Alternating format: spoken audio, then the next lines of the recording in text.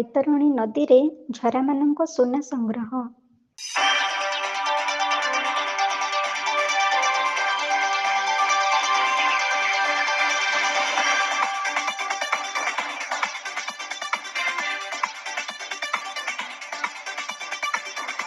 କେନ୍ଦୁଝର ଜିଲ୍ଲା ପାଟଣା ବ୍ଲକ ଅନ୍ତର୍ଗତ କେନ୍ଦେଇପୋଷି ଗ୍ରାମ ପଞ୍ଚାୟତର ସିଲିଦା ଗ୍ରାମ ଦେଇ ବହିଯାଉଥିବା ବୈତରଣୀ ନଦୀରେ ସୁନା ସଂଗ୍ରହ କରୁଥିବା ଦୃଶ୍ୟ ଦେଖିବାକୁ ମିଳିଛି।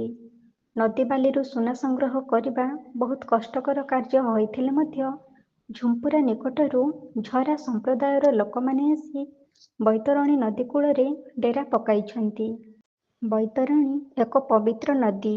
ଯେଉଁ ନଦୀର ଉତ୍ପତ୍ତି ସ୍ଥଳରେ ଗୁପ୍ତ ଗଙ୍ଗାର ନାମକରଣ ହୋଇଛି, ସେହି ପବିତ୍ର ନଦୀର ଜଳ ମଧ୍ୟରେ ରହିଥିବା ବାଲିରୁ ଆଶ୍ଚର୍ଯ୍ୟ ଭାବରେ ସୁନା ଭଳି ଏକ ଅମୂଲ୍ୟ ସମ୍ପଦ ସଂଗ୍ରହ କରିବା ଯେତିକି ଆଶ୍ଚର୍ଯ୍ୟ ଲାଗୁଛି, ସେତିକି ଉତ୍ସାହିତ ମଧ୍ୟ ଲାଗୁଛି। ନଦୀ ବାଲିରୁ ସୁନା ସଂଗ୍ରହ କରିବା ପ୍ରକ୍ରିୟା ଖୁବ୍ ଜଟିଳ ଜଣାପଡ଼ୁଥିଲେ ମଧ୍ୟ ମହିଳାମାନେ ଖୁବ୍ ସହଜରେ ନଦୀ ବାଲିରୁ ସୁନା ଚିହ୍ନଟ କରି ସଂଗ୍ରହ କରିପାରୁଛନ୍ତି।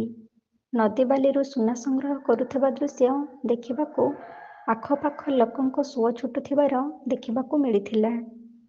ଏମିତି ନଦୀ ବାଲିରୁ ସୁନା ସଂଗ୍ରହ କରି ଝରାମାନେ ପରିବାର ପ୍ରତିପୋଷଣ କରୁଥିବା ବେଳେ ବିଭିନ୍ନ ସ୍ଥାନକୁ ଯାଇ ଡେରା ପକାଇ ନଦୀ ବାଲିରୁ ସୁନା ସଂଗ୍ରହ କରିଥାନ୍ତି। ଏମିତି ସୁନା ସଂଗ୍ରହ କରିବା ଜଟିଳ ହୋଇଥିଲେ ମଧ୍ୟ ଏହି କାର୍ଯ୍ୟକୁ ନିଜର ବେଉସା ଭାବରେ ବାଛି ନେଇଛନ୍ତି।